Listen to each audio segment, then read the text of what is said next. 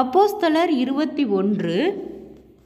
புறஜாதிகள் இடத்தில் இருக்கிற யூதர் எல்லாரும் தங்கள் பிள்ளைகளுக்கு விருத்த சேதனம் பண்ணவும் முறைமைகளின்படி நடக்கவும் வேண்டுவதில்லை என்று நீர் சொல்லி இவ்விதமாய் அவர்கள் மோசேயை விட்டு பிரிந்து போகும்படி போதிக்கிறீர் என்று இவர்கள் உம்மை குறித்து கேள்விப்பட்டிருக்கிறார்கள்.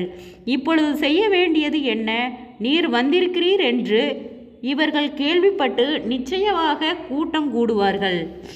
ஆகையால் நாங்கள் உமக்கு சொல்லுகிறபடி நீர் செய்ய வேண்டும். அது என்னவென்றால், பிரார்த்தனை பண்ணி கொண்டவர்களாகிய 4 பேர் எங்களிடத்தில் இருக்கிறார்கள்.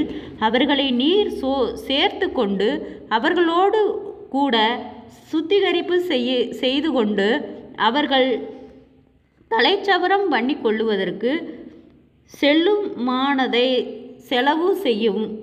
அப்படி செய்தால் உம்மை குறித்து கேள்விப்பட்ட காரியங்கள் அபத்தம் என்றும் நீரும் நியாய பிரமாணத்தை கை கொண்டு நடக்கிறவர் என்றும் எல்லாரும் அறிந்து கொள்வார்கள். விசுவாசிகளான புறஜாதியார்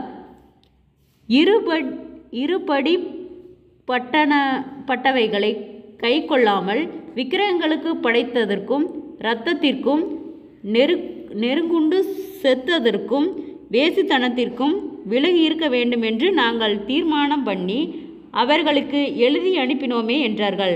அப்பொழுது பவுல் அந்த மனுஷரை சேர்த்து கொண்டு மறுநாளிலே அவர்களுடனே கூட தானும் சுத்திகரிப்பு செய்து கொண்டு தேவாலயத்தில் பிரவேசித்து அவர்களில் ஒவ்வொருவனுக்காகவும் வேண்டிய பலி செலுத்தி தீரும் அளவும் சுத்திகரிப்பு நாட்களில் நிறைவேற்றும் என்று அறிவித்தான்.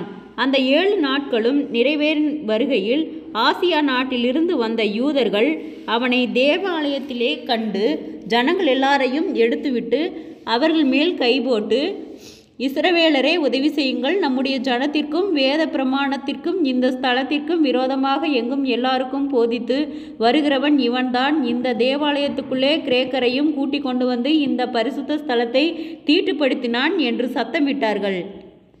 எபேசியனாகிய துரோபீமு என்பவன் முன்னே நகரத்தில் பவுலுடனே கூட இருக்கிறதை கண்டிருந்தபடியால் பவுல் அவனை தேவாலயத்தில் கூட்டிக் கொண்டு வந்திருப்பான் என்று நினைத்தார்கள். அப்பொழுது நகரம் முழுவதும் கலக்கம் உண்டாயிற்று. ஜனங்கள் கூட்டமாய் ஓடி வந்து பவுலை பிடித்து அவனை தேவாலயத்திற்கு புறம்பே இழுத்து கொண்டு போனார்கள். உடனே கதவு பூட்டப்பட்டது. அவர்கள் அவனை கொலை செய்ய எத்தனம் பண்ணி இருக்கையில் எருசலேம் முழுவதும் கலகமாய் இருக்கிறதென்று போர் சேவகரின் சேனாதிபதிக்கு செய்தி வந்தது. உடனே அவன் போர் சேவகரையும் அவனுடனே கூட அதிபதிகளையும் கூட்டிக் கொண்டு அவர்களிடத்திற்கு ஓடினான்.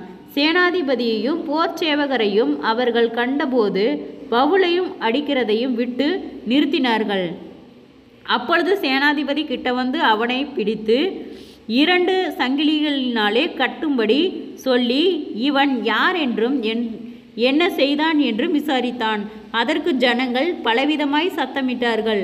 சந்தடியினாலே நிச்சயத்தை அவன் அறியக்கூடாமல் அவனை கோட்டைக்குள்ளே கொண்டு போகும்படி கட்டளையிட்டான்.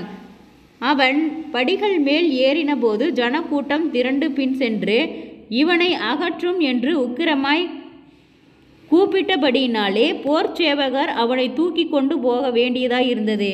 அவர்கள் பவுலை கோட்டைக்குள்ளே கொண்டு போகிற சமயத்தில் அவன் சேனாதிபதியை நோக்கி, நான் உம்முடனே ஒரு வார்த்தை பேசலாமா என்றான்.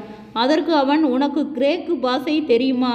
நீ இந்த நாட்களுக்கு முன்னே கலகம் உண்டாக்கி 4000 கொலைபாதகரை வனாந்தரத்திற்கு கொண்டு போன எகிப்தியன் அல்லவா என்றான். அதற்கு பவுல், நான் சிலிசியா நாட்டிலுள்ள கீர்த்தி பெற்ற தர்சு பட்டணத்து யூதன், ஜனங்களுடனே பேசும்படி எனக்கு உத்தரவாக வேண்டுமென்று உம்மை வேண்டிக் கொள்கிறேன் என்றான். உத்தரவான போது பவுல் படிகளின் மேல் நின்று ஜனங்களை பார்த்து கை அமர்த்தினான். மிகுந்த அமைதல் உண்டாயிற்று. அப்பொழுது அவன் எபிரேயு பாஷையிலே பேசத் தொடங்கினான். ஜெபம். கிருபையாய் நேசிக்கிறதா நல்ல தகப்பனே, ஆசீர்வாதமான வேலைக்காய் நன்றி செலுத்துகிறோம். இயேசுவின் நாமத்தினாலே அப்போஸ்தலர் 21வது அதிகாரத்தின் பிற்பகுதியை தியானிக்க கொடுத்த தயவுக்காய் நன்றி செலுத்துகிறோம். இயேசுவின் நாமத்தினாலே இந்த வார்த்தையின்படியாக கர்த்தாவே எங்களுக்கு நீர் ஒரு உணர்வுள்ள ஆவியை தரும்படியாய் நாங்கள் ஜெபிக்கிறோம். ஆண்டவரே, உம் பிள்ளைகளுக்கு விரோதமாய் அநேக போராட்டங்கள், பாடுகள், நிந்தைகள், அவமானங்கள், பொல்லாத ஆவியின் கிரிகள், முன்னோருடைய சாப கட்டுகள், அநேக தடுமாற்றங்கள், மன அழுத்தங்கள், பாரங்கள் யாவும் இயேசுவின் நாமத்திலே விலகும்படியாய் நாங்கள் ஜெபிக்கிறோம். கர்த்தாவே, ஒருவன் குறைவுள்ளவனாய் இருந்தால் யாவருக்கும் சம்பூர்ணமாய் கொடுக்கிறவரிடத்தில் கேட்க கடவன் என்ற வார்த்தையின்படியாக கர்த்தாவே, நாங்கள் உம்மிடத்திலே கேட்கிறோம். நீர் எங்களை அற்புதத்தை காணும்படி செய்யும், அதிசயமாய் வழி நடத்தும். ஆண்டவரே, இயேசுவின் நாமத்தினாலே ஒவ்வொருவரும் கையிட்டு செய்கிற வேலைகள், போகிற வருகிற பிரயாணங்கள், அவர்களுடைய தேவைகள் யாவையும் கர்த்தர் சந்தித்து பாதுகாத்து வழி நடத்தும்படியாய் ஜெபிக்கிறோம். எல்லா விபத்துகளுக்கும் நாசமோசங்களுக்கும் நீர் விலக்கி பாதுகாத்துக் கொள்ளும். குறைவுகள் எல்லாம் கிறிஸ்து இயேசுவுக்குள் மகிமையால் நிறைவாகட்டும். கையிட்டு செய்கிற எல்லா வேலையிலும் கர்த்தர் ஒரு ஆசீர்வாதத்தை கட்டளையிடும். ஆண்டவரே, எங்களுக்கு நல்ல விசேஷித்த ஞானத்தையும் தெளிந்த புத்தியும் தரும்படியாய் நாங்கள் ஜெபிக்கிறோம். ஆண்டவரே, சோர்ந்து போன ஒவ்வொரு இருதயங்களையும் கர்த்தரே பலப்படுத்தும். ஆண்டவரே, கர்த்தரால் கூடாத காரியம் ஒன்றுமே இல்லை. ஆராய்ந்து முடியாத பெரிய காரியங்களையும் எண்ணி முடியாத அதிசயங்களையும் செய்கிறவர்.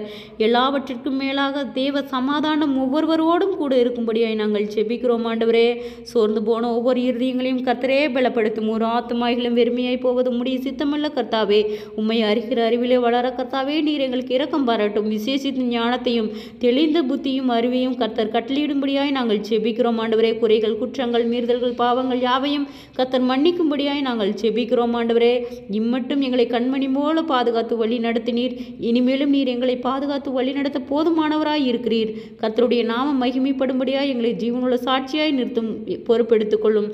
ஆசீர்வதியும், அற்புதத்தை காணும்படி செய்யும். இயேசுவின் மூலம் ஜெபங்களும் பிதாவே, ஆமேன்.